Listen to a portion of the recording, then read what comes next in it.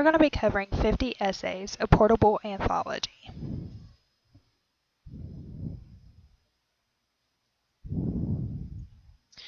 What essays are going to be covered from 50 Essays, a Portable Anthology? We're going to be covering the myth of a Latin woman, I just met a girl named Maria, how it feels to be colored me, notes of a native speaker, language and literature from a Pueblo Indian perspective, on being black and middle class. So what standards are going to be met by reading these 5 essays? We're going to be meeting the key ideas and details or central themes. And the question we're going to be answering is, how many central themes does each essay have? We're also going to be covering the craft and structure, the meaning of words and phrases. And the question we're going to be asking ourselves and answering is, how many times are words and phrases used to stereotype races in each essay? First, we need to know the Lexile scores. The Lexile scores for the myth of the Latin woman is 1390. How it feels to be colored me is 1920.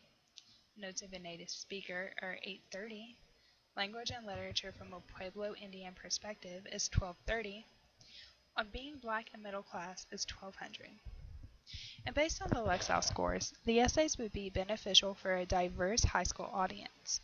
However, if all the essays were taught in the grades 11-12, 2 of the essays would not be as challenging to the students, but the lowest Lexile scoring essays could be taught to help the lower level readers understand the complex themes that are being discussed.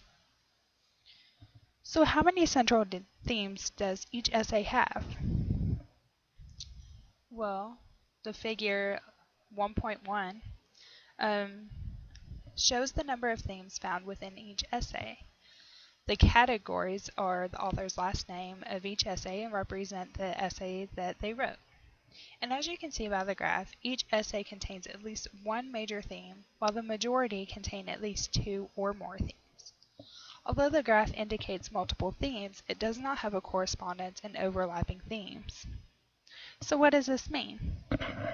Well, after analyzing the 5 essays in 50 Essays, a Portable Anthology, for main ideas or themes that pertain to diversity, such as race, culture, or class, I'm assuming that the essays I analyzed are representative of the book's diverse and complex ideas that will trigger deep thought and discussions.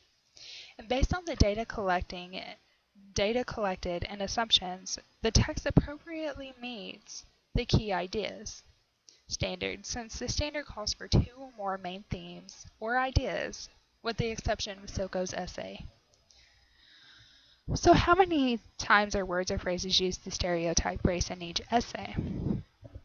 Well, according to figure 1.2, this shows the instances of words or phrases that are used to stereotype different races. And according to the graph, Kauffer and Steele have the most instances of words or phrases that are used to stereotype race.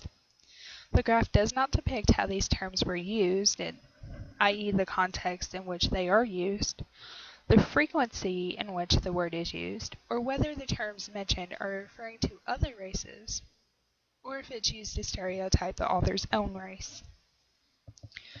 So, my analysis is, I've analyzed these 5 texts for words or phrases that were used to stereotype different races, or were used to distinguish a clash between reality and perception. I'm assuming that the author had strategically chosen these words to have a double meaning and to show distinctions between cultures. Based on the data that was collected, I feel the essays were appropriately meets this standard, since every essay, with the exception of Silko's, contains words or phrases that serve as a double meaning and have a deeper impact on the overall story. So what diversity-related questions will be addressed? We're going to address how many different races are mentioned in each of the essays, how many males versus female characters are in each, how many geographical locations are mentioned, and how many educational backgrounds that are mentioned. So how many different races are mentioned in each essay? Figure 2.1 shows the number of different races mentioned in each essay. The graph does not depict which races are actually mentioned in the essays, does not demonstrate the frequency in which these races are mentioned, and does not tell the audience how in-depth the races are talked about in each essay. The graph, however, does show that diversity is found throughout each essay. So how many male and female characters are in each essay? Figure 3.1 shows the number of male and female characters that are mentioned in each essay. The category not specified represents characters whose gender is not mentioned. The graph does not show how many times these characters are mentioned within each essay, how many times the characters refer to a group, i.e. Latina women or nuns, or friends. And the non-specified category does not specify the terms that are used to encompass both male and female, such as friends or passengers or children. The graph also does not depict gender identity or transsexuals. So how many geographic locations are mentioned in the essays? Figure 4.1 shows the number of geographical locations mentioned in each essay.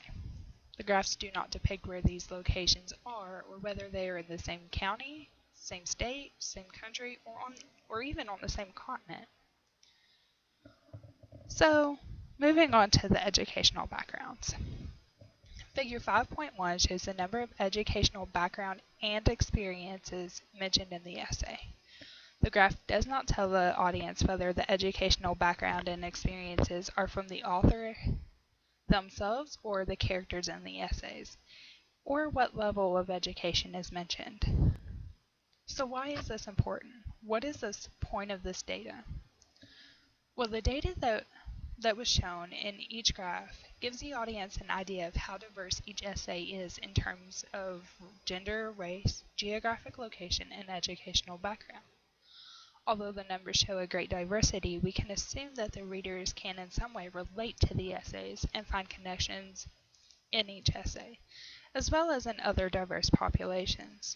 As teachers, we can use the text and the data to better understand diversity and to help our students understand. But we can also use the text to meet certain standards, but also cover multiple themes and complex ideas and to pick out words and phrases that have other meanings. I hope that this has been a great help to you, and here are my sources. Hope you have a great day.